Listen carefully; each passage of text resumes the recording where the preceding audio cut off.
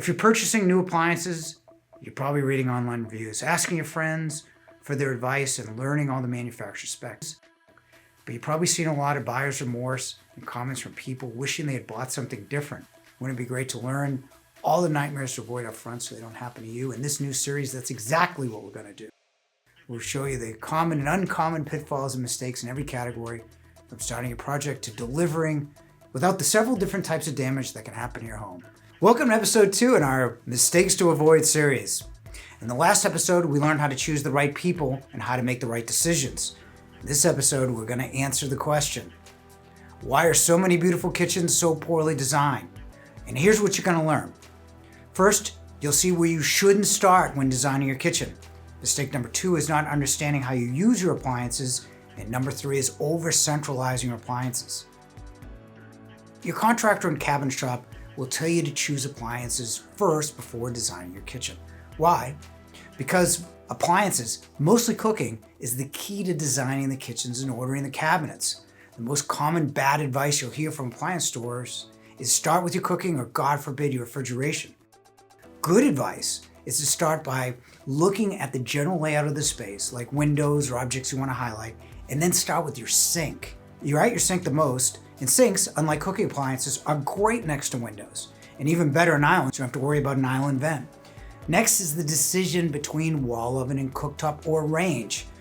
You're at the range or cooktop the second most. And the top is important because broiling and pan frying demand your attention more than an oven does. You also don't want to move more than a step or two for your stovetop and sink. It's the most efficient design, yet in many kitchen designs, you see the sink and cooktop in different parts of the kitchen, and that's not efficient and probably not safe.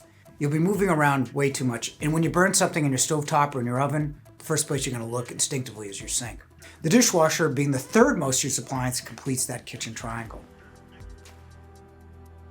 Somewhere as you watch this, somebody will be shopping in an appliance store asking for the best possible cooking product and will be immediately shown a dual fuel professional range. It's the best after all.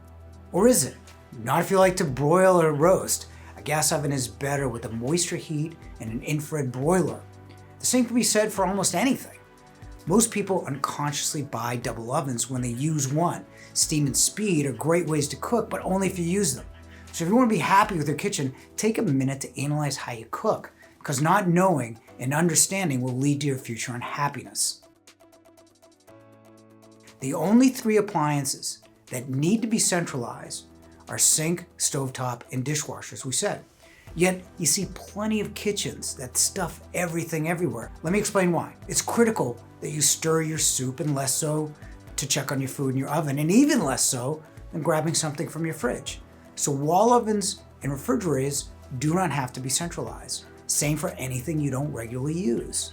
In my kitchen, the microwave is away from the wall oven because it's not important for the way we cook. If it was, I would put it on top of the single oven. And don't do this. Stacking wall ovens 3 high can only lead to the problem of lifting hot food over your head, which is a bad idea generally, and worse with small kids around tugging at your pants.